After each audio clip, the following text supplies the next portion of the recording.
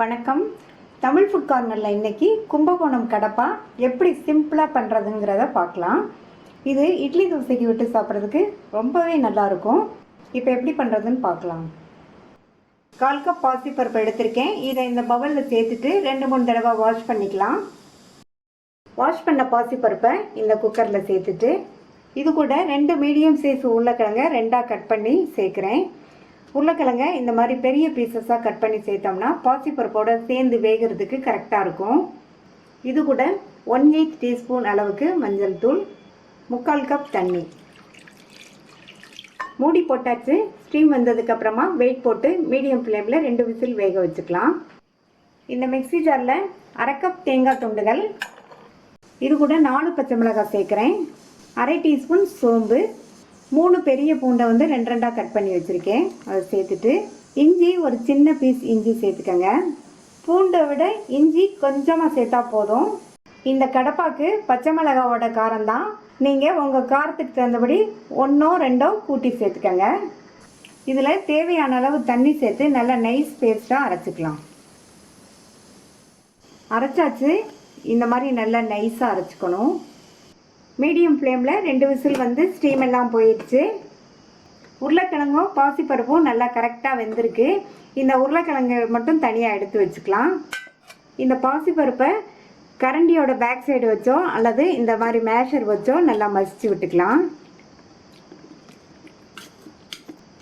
நல்லா இந்த அளவுக்கு மசிச்சதுக்கு அப்புறமா வேக வச்ச உருளைக்கிழங்க தோல் உரித்து வச்சுருக்கேன். இந்த உருளைக்கிழங்க ஓரளவு பெரிய பெரிய பீசஸாக கட் பண்ணிக்கணும். இந்த மாதிரி கத்தி வச்சு கட் பண்ணிக்கலாம் அல்லது கையை வச்சு கொஞ்சம் பெரிய பீசஸாக இந்த மாதிரி மசிச்சு விட்டுக்கலாம். இந்த பேனில் 1 டேபிள் ஸ்பூன் எண்ணெய் சேர்த்துருக்கேன். எண்ணெய் சூடானதும் அதில் 1/4 டீஸ்பூன் சோம்பு, ஒரு சின்ன பீஸ் பட்டை, 2 கிராம்பு, ஒரு பச்சை மிளகாவை கீறி சேர்த்துக்கங்க.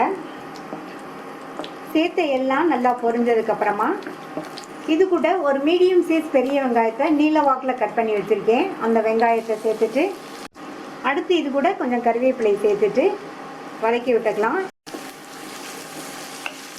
இந்த மாதிரி லைட்டாக வெங்காயத்தோட கலர் மாறுற அளவுக்கு வதக்கிட்டு நம்ம அரைச்ச அந்த தேங்காய் விழுதை சேர்த்து தேங்காய் விழுதோட பச்சை வாசனை போகிற அளவுக்கு நல்லா வதக்கிக்கணும்.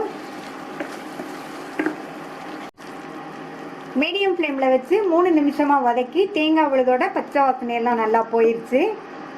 இது கூட உருளைக்கிழங்கு சேர்த்துட்டு இந்த உருளைக்கிழங்க இந்த தேங்காய் விழுதோட நல்லா ஒரு தடவை பரட்டி விட்டுக்கணும். இப்போ இது கூட மேஷ் பண்ண பாசிப்பருப்பை சேர்த்துக்கலாம். இப்போ இதை நல்லா ஒரு தடவை இந்த மாதிரி கலந்து விட்டுட்டு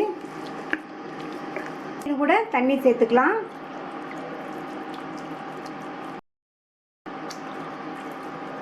2.5 கப் தண்ணி சேர்த்துருக்கேன்.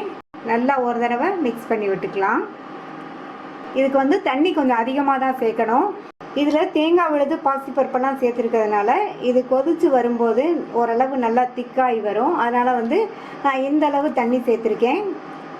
இப்போ இந்த டிஷ்ஷுக்கு தேவையான அளவு உப்பு சேர்த்துட்டு மறுபடியும் நல்லா ஒரு தடவை கலந்து விட்டுலாம். இது நல்லா கொதிச்சு வரட்டும். இப்போ நல்லா கொதிக்குது. இது இன்னுமே ஒரு 2-3 நிமிஷத்துக்கு நல்லா கொதிக்கட்டும். இந்த கன்சிஸ்டன்சி கரெக்டாக இருக்கும். இது ஆறுனா இன்னுமே திக்காகும். அதனால் இப்போவே ஸ்டவ் ஆஃப் பண்ணிடலாம். கடைசி அதில் கொஞ்சமாக கொத்தமல்லி இலைகளை நல்லா தூவி விட்டுடலாம். நல்லா கமகமன் வாசனையோட இட்லி தோசைக்கு விட்டு சாப்பிட்ற சூப்பரான கடப்பா ரெடி ஆயிடுச்சு. ரொம்ப ஈஸியாக பண்ணக்கூடிய இந்த கடப்பாவை ட்ரை பண்ணி பார்த்துட்டு உங்கள் கமெண்ட்ஸை சொல்லுங்கள். இது வரைக்கும் தமிழ் ஃபுட் கார்னர் சேனலை சப்ஸ்கிரைப் பண்ணாதவங்க சப்ஸ்கிரைப் பண்ணிவிட்டு பக்கத்தில் உள்ள பெல் பட்டனையும் கிளிக் பண்ணிக்கோங்க. தேங்க்யூ.